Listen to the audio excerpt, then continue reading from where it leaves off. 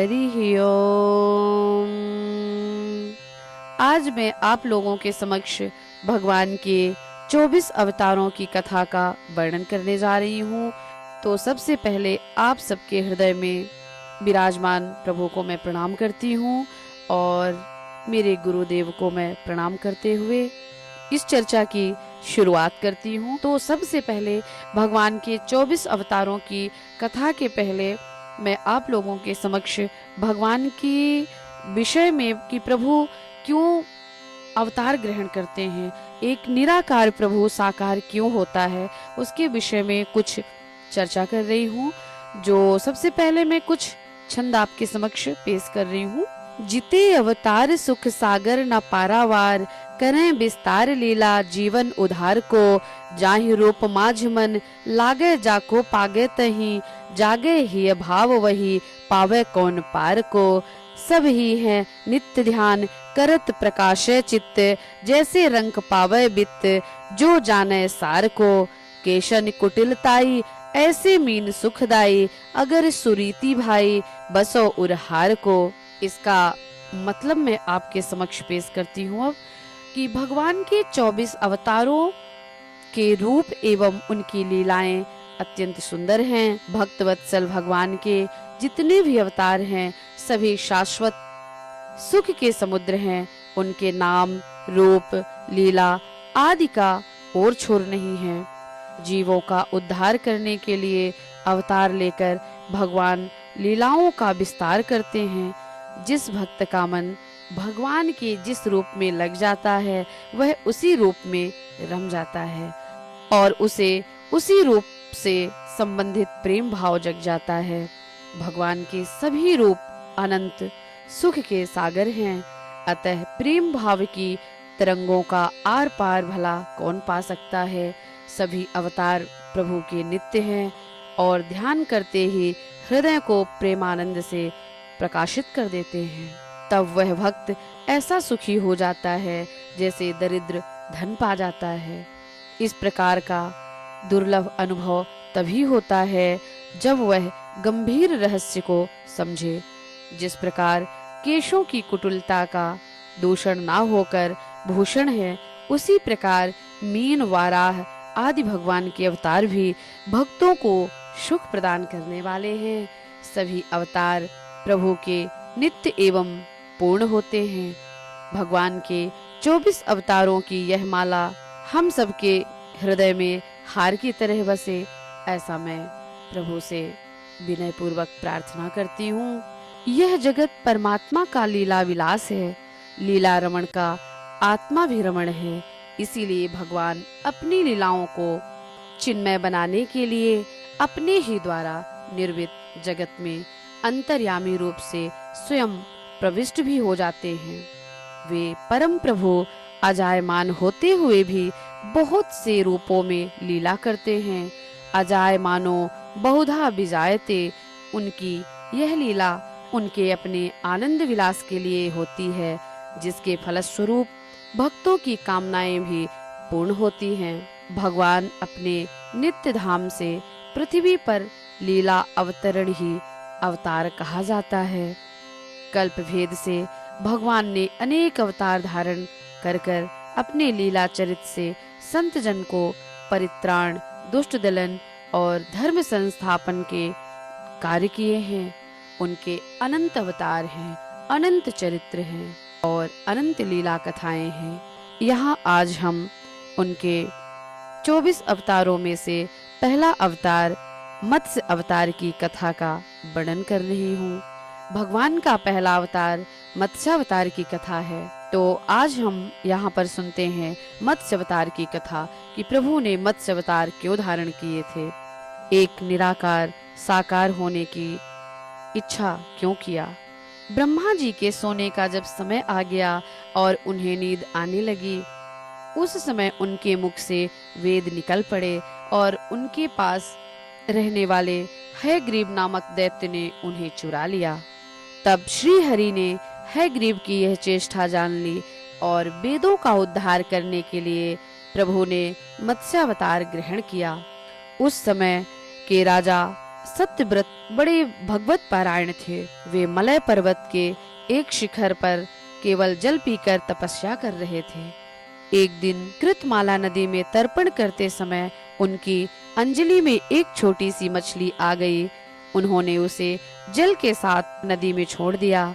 उसने बड़ी प्रार्थना की कि मुझे जल जंतु खा लेंगे, मेरी रक्षा कीजिए। ऐसा सुनकर राजा ने उसे जलपात्र में डाल लिया। वह इतनी बढ़ी कि कमंडलू में स्थान ना रहा। तब राजा ने उसे एक बड़े मटके में रख दिया। 2 घड़ी के बाद वह 3 हाथ की हो गई। तब उसे एक बड़े सरोवर में रख दिया। थोड़ी ही देर में उसने महामत्स्य का आकार धारण कर लिया। जिस किसी जलाशय में रखते उसी से वह बड़ी हो जाती। तब राजा ने उसे समुद्र में छोड़ दिया। तब उसने बड़ी करुणा से कहा, हे राजन, आप मुझको इसमें ना छोड़ें, मेरी रक्षा करें। तब राजा ने प्रश्न किया कि मत्स्य रूप धारण करके मुझको मोहित करने वाले आप कौन हैं? आपने एक ही दिन में 400 कोस के विस्तार का सरोवर घेर लिया है। आप अवश्य ही सर्वशक्तिमान, सर्वांतर्यामी, अविनाशी श्री हरि हैं। आपने यह रूप किस उद्देश्य से ग्रहण किया है? तब भगवान ने कहा, आज से 7वें दिन तीनों लोग प्रलय कालीन समुद्र में डूब जाएंगे। तब मेरी प्रेरणा से एक बड़ी भारी नाव तुम्हारे पास आएगी। उस समय तुम समस्त प्राणियों के सूक्ष्म शरीर को लेकर सप्त ऋषियों के समेत उस पर चढ़ जाना और समस्त औषधियों और बीजों को साथ में रख लेना। जब तक ब्रह्मा की रात्रि रहेगी तब तक मैं तुम्हारी नौका को लिए समुद्र में विहार करूंगा और तुम्हारे प्रश्नों का उत्तर दूंगा। यह कहकर मत्स्य भगवान अंतर्ध्यान हो गए।